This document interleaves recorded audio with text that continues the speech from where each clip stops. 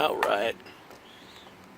Welcome to Church on the Net. It's actually Saturday night, but the light is not so bright, so I don't have to wear that crazy patch. But wanted to talk to you today about something that's kind of touchy, I think, for some of us. The scripture we're looking at is Ephesians 4:29, which basically says, don't let anything unwholesome or coarse jesting, which is crude jokes or sexual innuendo or foul language, come out of your mouth, but instead use your language, use your words for good things to promote grace and peace and to uplift each other. And I know that it is hard, especially when you're a new Christian, to kind of curb yourself from that stuff. And if you've struggled with it, I think everyone has struggled with it at some point or another, is keeping their heart and their mind and their mouth pure. But, as we're questing to live a holy life and a life that's God-centered, it's something that's important to do and to get it out of your vocabulary. I wanted to talk to you a little bit about that too. My parents always told me, using a lot of foul language meant that you didn't have the intelligence to find the right words to use. And I've heard some Christian speakers use a foul word just to get their point across, which it works, but it doesn't have much integrity with it, I don't think. I know that we all struggle with it, so I'm not being judgmental about that, but got to look at some of the things that I think that we as society see that are bad words or foul language, and that the world sees as foul language, and those that God, I think, really sees. Like when you use the Lord's name in vain, like you say Jesus and not in a way that glorifies Him, or you use God like God damn or something like that, or hell or God damn it, or anything in that thing, or damn you or whatever, those are serious offenses to the Lord, and He talks about that.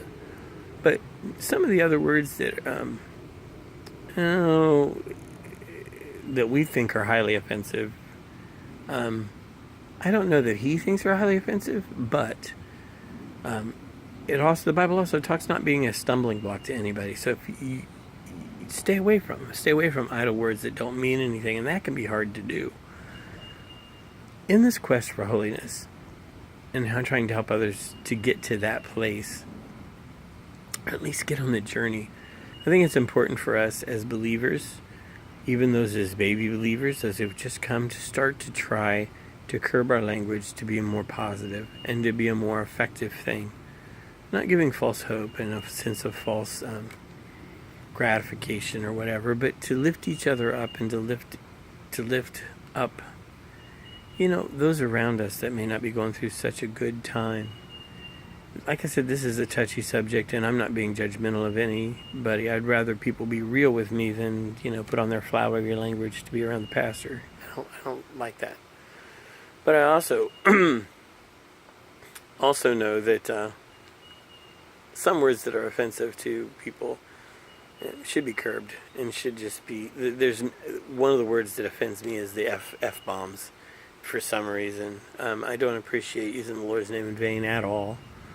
But and there's certain words that just, what they mean, or sexual jokes or sexual innuendo, and some of them are funny. I will say that. It doesn't mean that they're right, or it's right to use them.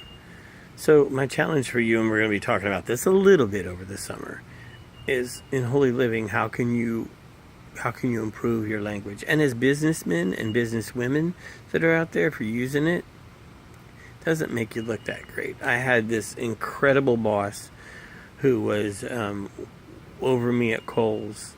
She's a beautiful woman, but when she opened her mouth, it sounded like a sailor, and she lost some of her authority. She really did.